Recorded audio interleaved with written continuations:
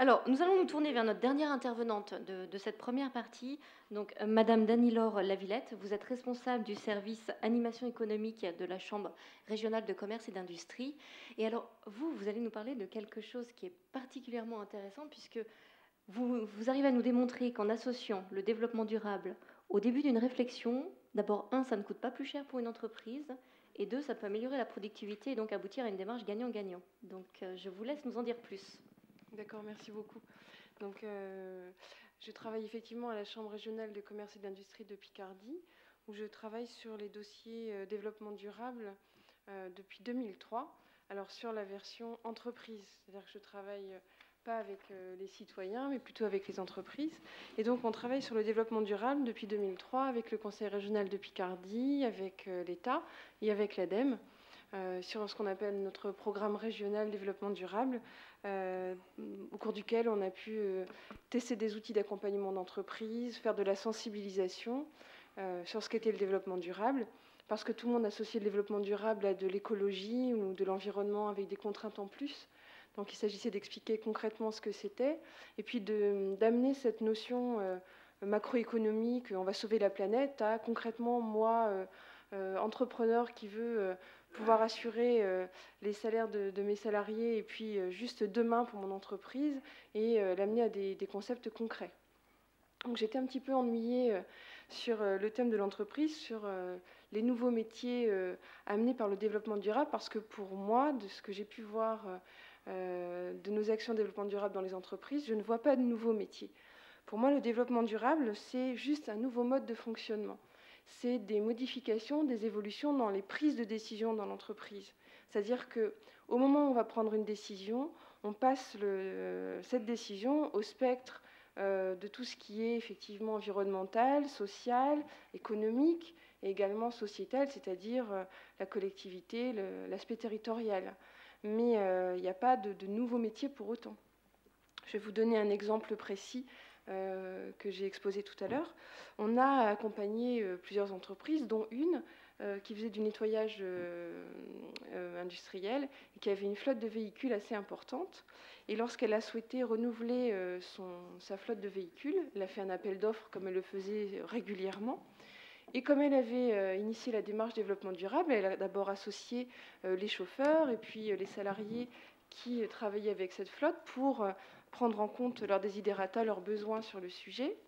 Et dans le cahier des charges, l'entreprise a effectivement pris en compte l'aspect économique, sur le prix, sur la consommation, l'aspect environnemental, sur les rejets, sur la consommation d'essence, mais également elle a intégré le confort de la cabine de pilotage, puisque ça faisait partie des éléments dont avaient besoin les chauffeurs et puis les salariés de l'entreprise, et puis différents éléments, en se disant ça va me coûter un peu plus cher effectivement à l'achat, mais ça montrera à mes salariés et à mes chauffeurs que j'ai pris leurs besoins en considération et qu'ils sont importants pour moi.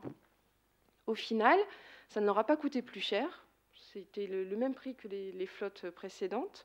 La cabine était plus confortable et ça lui a finalement rapporté de l'argent, puisque les chauffeurs qui étaient dans de meilleures conditions de travail ont pu assurer de meilleures rotations, ils étaient plus impliqués, ils avaient le sentiment d'être importants pour l'entreprise, donc ils se sont impliqués davantage encore dans le fonctionnement général de l'entreprise et pas uniquement sur l'aspect de la conduite du véhicule.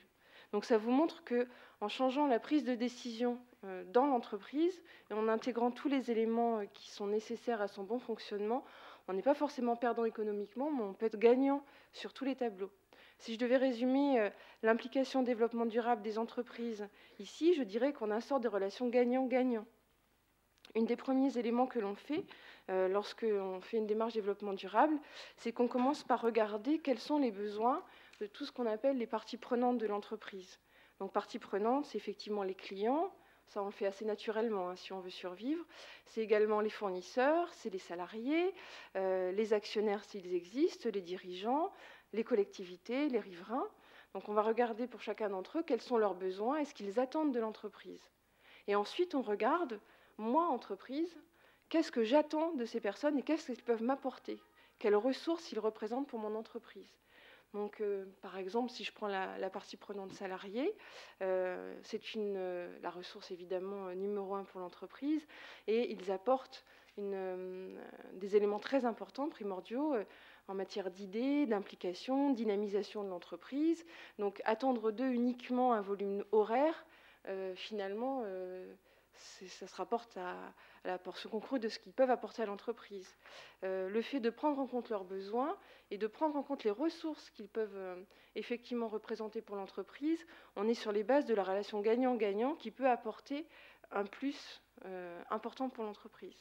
Alors là, je vous ai pris l'exemple des salariés, mais c'est également valable pour les fournisseurs. C'est-à-dire que les fournisseurs, on peut attendre d'eux des prix intéressants et des délais raisonnables de livraison, mais ce sont également par les fournisseurs qu'on peut obtenir des informations primordiales pour l'entreprise sur le marché, sur les actualités des principaux clients, ils peuvent devenir des partenaires de développement de nouveaux produits.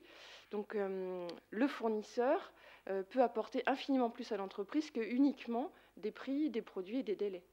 Voilà. Donc là, je vais vous donner quelques exemples. Je ne vais pas vous brosser le portrait de chacune des parties intéressées de l'entreprise, mais l'idée, c'est, dans la prise de décision et dans le fonctionnement global de l'entreprise, on a intégré les besoins de chacun et on a intégré les ressources qu'il pouvait apporter à l'entreprise, que de toute façon, l'entreprise paie déjà la plupart du temps. Il ne s'agit pas de dépenses supplémentaires. Il s'agit juste d'un fonctionnement différent qui permet des apports conséquents pour l'entreprise. Alors, je vous ai donné un exemple tout à l'heure sur l'histoire de la flotte entreprise.